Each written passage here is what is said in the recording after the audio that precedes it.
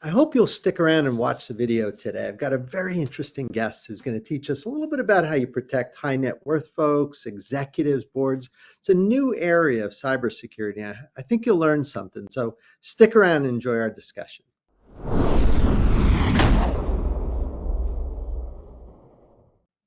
I'm Ed Amoroso from Tag Cyber. Got a very interesting guest today, a friend of mine, Chris Pierson, who is the founder and CEO of a cybersecurity company called BlackCloak.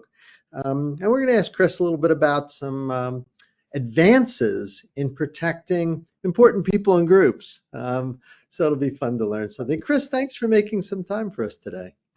Hey, Ed, thanks. A pleasure. Hey, before we get into kind of the background and how things work, just give us a brief summary of what you guys do at BlackCloak. Yeah. So BlackCloak is digital executive protection. Think about it this way. You as a CISO or director of security operations, you're watching the inside of the company, the four walls, the executives, board members, SLT team on their work devices, their work email. But who's watching them in their personal life? Could an impact, could a breach, could a reputational issue happen there? Could something be wrong and misconfigured in at their home? What about their own personal accounts? All of those areas are rife for exploitation. There's no separating the executive's personal life from their work life. And so those other 12 hours of the day are where we, BlackCloak, our team, our platform focuses, protecting those executives' privacy, their devices, their homes, and quite honestly, their peace of mind, but also your peace of mind too, knowing that you have the full spans of every device, every account, and every hour of the day protected. That's what BlackCloak does. The only focus of the company is digital executive protection. Yeah, it's probably the people around them too, right? Their families and assistants. I know for years my assistant knew more about me than I did. I'm guessing they're probably targets too, right? Yeah, I mean, look, we protect those people that are going to potentially be an avenue of attack in. So that includes the executive assistant in terms of their personal life, sometimes the chief of staffs that they have, and absolutely their family, right? Husband, spouse, kids, significant other. It really includes them as well because they're all on devices inside that home network. They're all sharing, cross-sharing accounts. And so the fact of the matter is that protection has to extend to them. That's interesting. Yeah, but Chris, what got you into this? What was the motivation? Such an interesting thing to do for a living. I'm curious what was the motivation? Yeah. I mean, look, as a former two-time CISO, it was one of the problems that I had. As the chief privacy officer of the Royal Bank of Scotland, it was a problem I had as well in terms of trying to think about how do we protect our board members and what they were doing. As a CISO, how do I protect the executives in their personal lives? I kept on, probably the same as most people that are actually watching this, right? I kept on getting incoming phone calls. Hey, I clicked on something on the personal computer, or my wife clicked on this, or how do we know our home network is actually safe? What happens if theoretically I, forwarded something from work to my Gmail account or all the rest? Like, what can you do? How can you take a look at things? Can you or your team, go ahead and help me in my personal life? And of course, it was one of those things where it's like, no, we privacy in legal reasons, right? Church and state should be separate. The personal life and the work life of the executive should be separated. Yeah, it was one of those things that was like, this is a real risk point. If I have $50 million worth of cybersecurity, but you can just go around it by beating the $5 of cybersecurity that they have at home, then what's the point? If they still get that document, if they still get access into things that are non-public information, what's the point? And so I literally tried to solve it and I couldn't. There was nothing out there that was holistic. Privacy, the cybersecurity aspect, the home, and then that concierge, which all of these executives, board of directors need. And so I created the company based off of that, raised some good money, got a great partnership team from the VCs and from our executive team and all those at the company, and was able to build the BlackCloak platform to solve this need. But it was very much so a pain point. And we hear this each and every day. Former CISOs I know, you knew in your network, I knew in my network. It's just one of those things that is out there that still has yet to be fully realized. Everybody feels like they're a target of cyber attacks. Well, with the more prominent individuals, is it their access? Is it their like what is that makes them a higher target? I'm assuming that there are probably some good statistics that they're much higher targets. What sort of drives that? Yeah, so I mean, you have like Verizon data breach investigation report. Executives are 12 times more more 12 targeted than times? anyone else. Wow. Yeah. Yeah. I mean, and that was just looking at inside the company. But we know, right, the About Us page, the leadership page, you know who the executives are, you know where they live, you have the data broker information out there, so you literally know their personal email address, the personal phone numbers. Ed, just a few weeks ago, Twilio, Uber, they contacted the employees on their personal cell phone, personal number, and their personal email addresses. It's been released. They got that from data brokers. All of that information that is out there creates a bigger attack surface. And quite honestly, right? I mean, cyber criminals are lazy. Hackers are lazy. Want to go through the least means possible. And if that is an account that's an email account with no dual factor on it that's reusing a password, if it's a simple click here because you think that they don't have antivirus and they don't on their devices, or unbelievably so, right? Pre-COVID, not as many people were on top of this, but post-COVID, everyone's working from home. That home network, that IP address is out there. You can literally find out who it is, where it is, and get in that way. And so the real attack surface is just so much bigger these days, and it's easier to target them in their personal life. And we see it every day. It's funny in my experience supporting executives, and this is probably going to come out a bit direct, but I'll just say it. An awful lot of them aren't real great with tech. Instincts. No. Like further up you go in the organization, many times you start meeting some real Luddites, and they don't mean it. It's not to say that they set out to say I'm going to be ignorant with tech, but they just often are. I would imagine that's a major exacerbating issue there because they're target and they also don't have great instincts. Is that also part of the threat here? Yeah, so what we see is a few things. We see, number one, the fact that the executives, they just don't have time. A lot of Yeah. this can be solved with a little bit of time. They just don't have the time to actually do You're it. saying it And so nicer than I call them Luddites. You say that all the time. Yeah, that's why you're the CEO. that's right. That's right. For all of our clients watching, we said it's more of a time issue. But I mean, it's one of those things where you have to peel back the technology.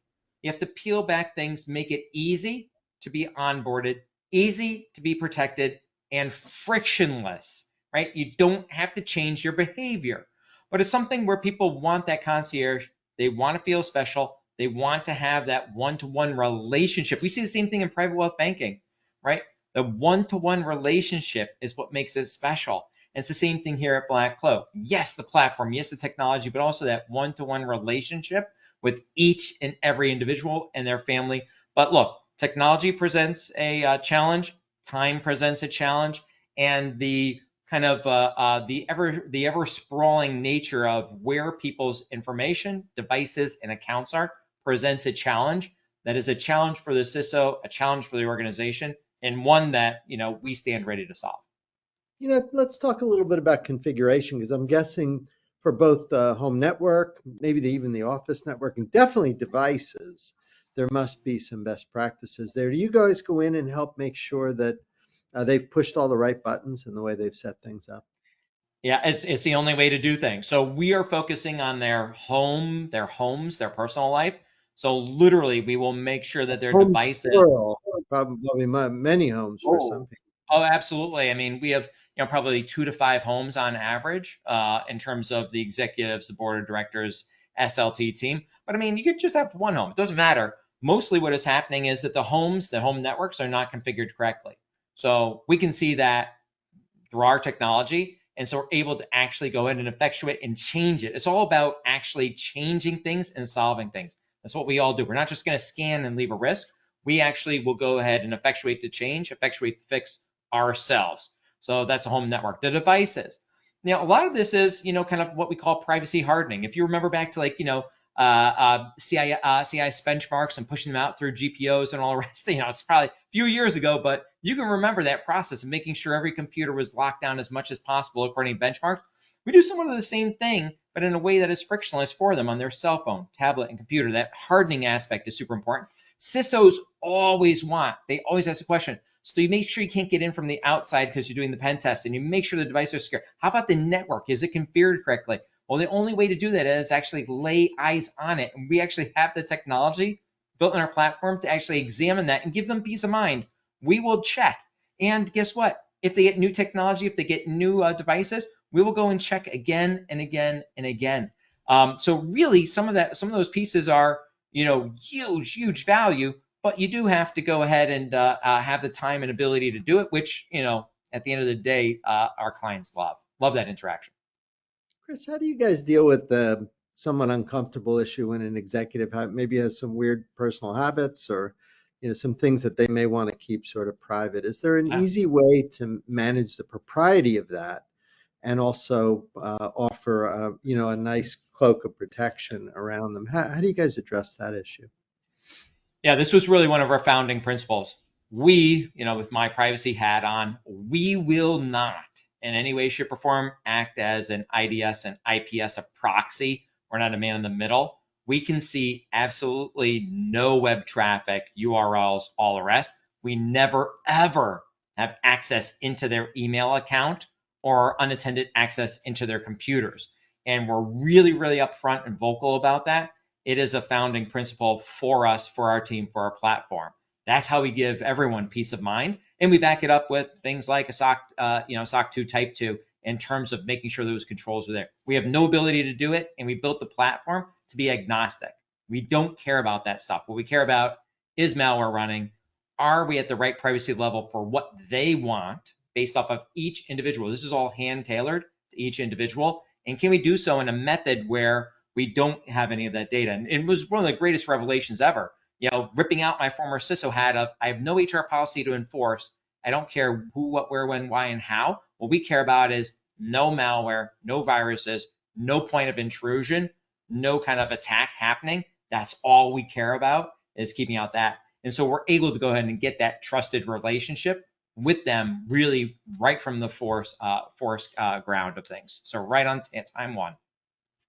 Has social media emerged as kind of a big point of vulnerability for a lot of these folks, particularly the more prominent ones? So it's kind of surprising. It's interesting, that area. So on the most important things that we see on social media are going to be, quite honestly, is dual factor authentication enabled, and do you have the right privacy and security settings? And that's very individualistic as to the settings, because every single person wants something different. And so we're able to go ahead and do that. We don't see as much on the impersonation. I think kind of days are past a little on, oh, somebody said a bad word on somebody's public feed. I don't know if you remember back then, but it's like things just alarm bells going off left and right, and you have a whole bunch of people saying bad things. Or it used to be that you would monitor for the word, for drug words that were dropped on a feed. But I mean, the bots take care of that all day, every day. I mean, the SIMs would be jumping. So it's much more of making sure that the account the executives have are locked down and not going to get taken over, not going to be used to send out bad things, because it does hit a big reputational risk back into the company. And then we work individually with CISOs on what are the different risks that you have. Do you want some more privacy settings, security settings, dual factor on those to make sure? Every once in a while, we'll work on impersonation items with our different corporate clients. But I think the big things are making sure that you don't get, right? Big things are making sure you shrink the attack surface. None of the devices are getting popped. That home network is not able to be penetrated from the outside, and also making sure that their accounts are locked down and secure. Really, those are the big things. If it does look like somebody's private information has been breached, it looks like there's evidence of something. So, do you guys help kind of with the response and recovery process? Absolutely. Live, real-time awareness, notification, and then we actually will take care of the remediation with them. So it could be, simple one. It could be Audi USA that had a hack, data loss 2 years ago. Maybe the information's out there. Well, our team will literally help you log in, help you change your password, help you see if you can put dual factor on, interpret your letter, go ahead and communicate in some form or fashion, what needs to be done, what needs to be effectuated there. Was it your driver's license? Was it your social security number? What are the risks? And give you hand-tailored advice and guidance as to what needs to happen. So at the end of the day, peace of mind, you rest easy knowing that it's been solved, not a generic template, but literally baked for you with a direct individual that you're communicating with. It's got to be that way. That makes sense. Now, do you ever coordinate with, say, physical security protection companies? Like we just had, as we're filming this, like the Speaker of the House's husband was attacked. It was terrible to watch. Curious, do you guys partner or maybe do any of that type of thing to help with the perimeter and other kinds of physical protection? So we don't do any of it ourselves. There'll be some exciting announcements, kind of next year and some things there. But we really do work a lot on the inside of companies with the EP team, with the executive Right. protection Well, team, that which makes happens sense. to be more CSO based and Right. executive protection based, as opposed to CISO and cybersecurity based. And so we actually work with CSOs all the time that are charged with that. I have to protect them physically, and we work with them. They work with us. We have alerting back and forth, dashboards back and forth. When we know that there's something going on in terms of they're traveling in Paris, they're traveling in France, and something's happened there, their team is letting us know. We're letting them know at a high aggregate level when we see things that are happening in and amongst that executive team or the board. And so we're able to coordinate and really, we're an extension of both of those teams, both CISO and CSO. But the two can actually blend into each other. A lot of times, having a privacy trail, data broker websites, a lot of stuff out there in the deep web, dark web, can actually lead to those physical threats. We've had digital events take place and happen in terms of people that have been targeted from a cybersecurity perspective, walking into physical threats of harm, of violence, of stalking, around both high net worth, high profile individuals, as well as around corporate boards and even those executive teams, especially for those that are publicly traded. They know when the next board meeting is, where it is, all those notices are out there in public. And so that really does require both that team effort. So, Chris, for people who may be watching who think Yeah. this seems like a pretty good idea, what's the best way for them to be in touch with you? Look, I mean, I think that there's a lot of great information that we have at our website, Mm. BlackCloak, CLOAK.io. So there's a lot of great places that people have there. Folks can ping me on LinkedIn if they want to get connected, get a little more personal. I don't get to do it a lot as much anymore because we've grown so much. But I love interfacing with CISOs that I used to know, CISOs that have moved on, meet new CISOs. We try to do a lot in the community. I'm always happy to come on and talk a little bit about what we're doing, but more so listen and learn from other CISOs as to what the pain points are. Our website is a great treasure trove of items. Follow us on LinkedIn and Twitter especially, and we'd love to have you download some more materials and ask some questions and get you some great people that can help you. Well, Chris, thanks so much. I really do appreciate not just joining the call, but thanks for doing this. It's a nice complement to a lot of the controls that exist for enterprise, and I'm pretty excited. So keep up the great work. Hey, thanks so much, Ed. I appreciate it. Thanks to you. You bet. And for everyone else watching, we'll see you next time.